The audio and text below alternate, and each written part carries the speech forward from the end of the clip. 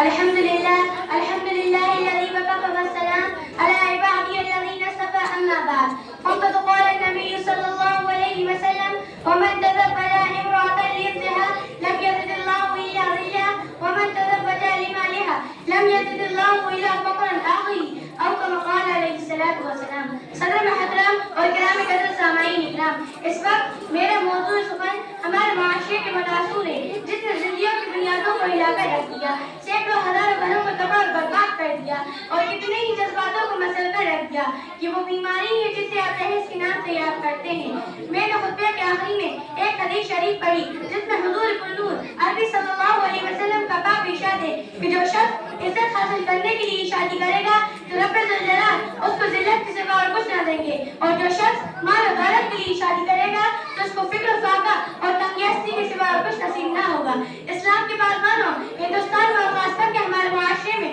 جہیز ایک ایسا ناسور بن گیا ہے جو ایک ایٹمی ہتھیار سے زیادہ خطرناک اور مہلک ثابت ہوتا جا رہا ہے۔ اس منحوس جہیز کی بنیاد پر روزمرہ اخبارات میں رونق اظہار بن کر یہ سرخیاں چھپتی ہیں کہ فلاں شوہر نے اپنے سسرال والوں سے اسکوٹر نہ ملنے پر اپنی نئی نویلی دلہن کو جلا دیا، تو فلاں شوہر نے اپنے سسرال والوں سے مزید جہیز کے مطالبات پورے نہ کرنے پر اپنی بیوی کو موت کے گھاٹ اتار دیا۔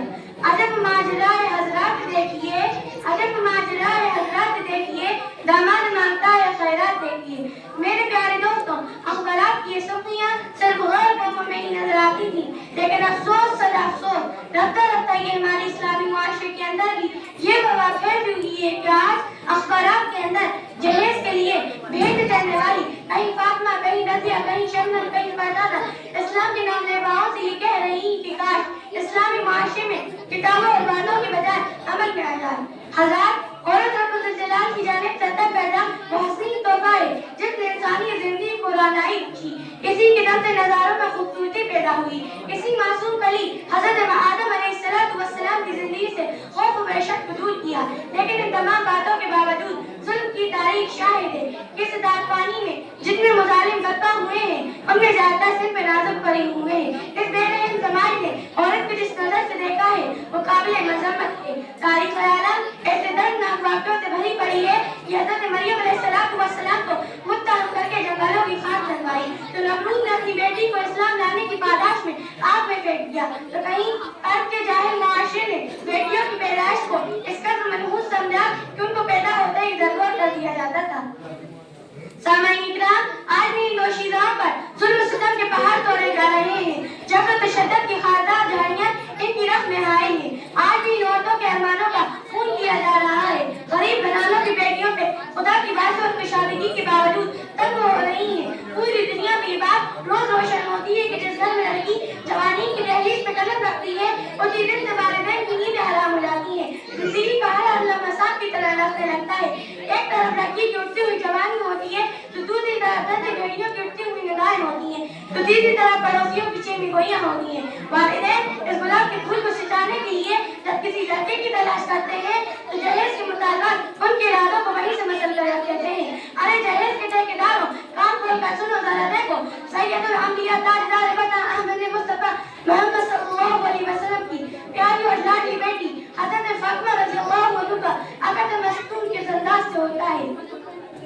کہ جسم پر جو چادر ہے اس میں 16 پیمند لگے ہوئے ہیں، اور بنت رسول ہونے کے باوجود پیاز اپا شیر خدا حیدر کرار کی گھر کی جانب روانہ ہو رہی ہیں، اور جہیز میں ایک تکیہ، ایک بستر اور 2 مٹکے پر مختصر سا سامان حضرت علی مرتضیٰ کو پیش کیا جا رہا ہے۔ آج ہم کہتے ہیں ہمارا بیٹا ڈاکٹر ہے، ہمارا بیٹا انجینئر ہے، ہمارا بیٹا پائلٹ ہے، ہمارا بیٹا ٹیلی فون آپریٹر ہے، ہمارا بیٹا گریجویٹ ہے، ہمارا بیٹا سعودی عرب میں رہتا ہے، سیاہ میں جہیز میں جہاز چاہیے۔ ارے اولاد پیدا کر کے جہیز کی تمنا رکھنے والوں، کان کھول کر سنو، اگر تمہارا بیٹا ڈاکٹر ہے تو حضرت علی امیر المومنین تھے، اگر تمہارا بیٹا انجینئر ہے تو حضرت علی مجاہد تھے، اگر تمہارا بیٹا پائلٹ ہے تو حضرت علی اسد اللہ تھے، اگر تمہارا بیٹا ٹیلی فون آپریٹر ہے تو حضرت علی خلیفہ رسول تھے، اگر تمہارا بیٹا گریجویٹ ہے تو حضرت علی اسد اللہ تھے، اگر تمہارا بیٹا پیکر سیاست ہے تو حضرت علی پیکر ولادت تھے۔ حضرات، آئیے آج ہم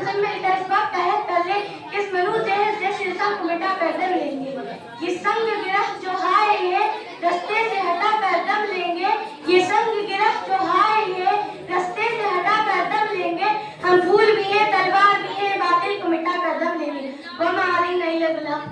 السلام عليكم ورحمة الله. وعلیکم